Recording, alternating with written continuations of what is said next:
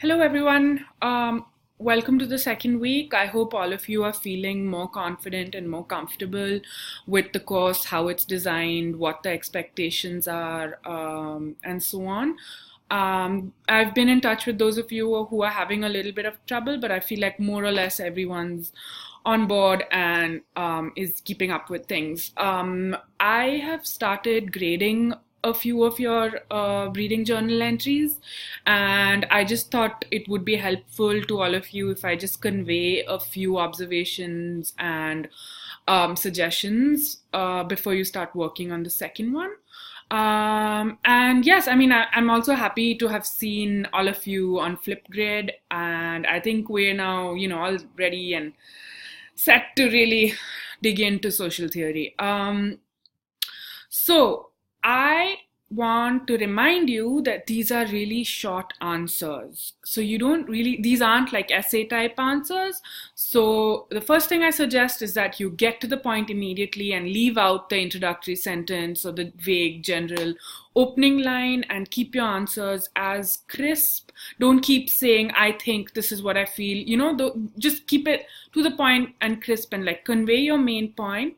Other thing you should do is, one of the things you really need to convey to me, and because it'll be beneficial to you, is that you have read the text, right? So try and emphasize certain details. Say, for example, in brackets, you can say, see page 144, second paragraph, or you can quote the sentence directly, but don't count it as your 175 words that you are supposed to produce.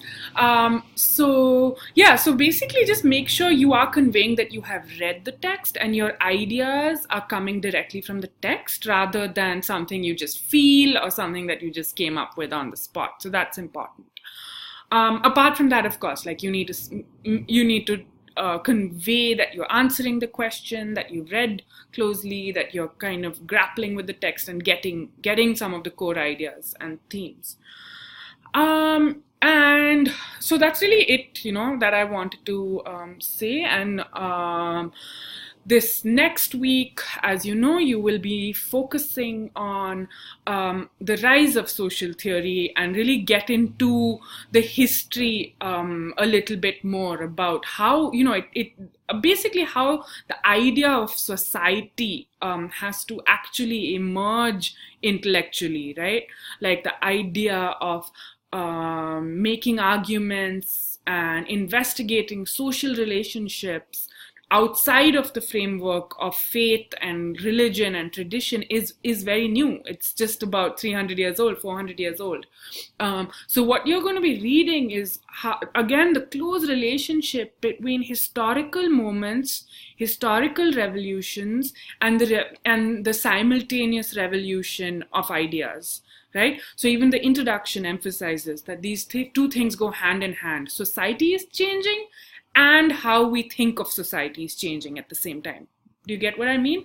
That there is a transformation in the realm of ideas, of theories, of knowledge. Simultaneously, there's a transformation in society itself.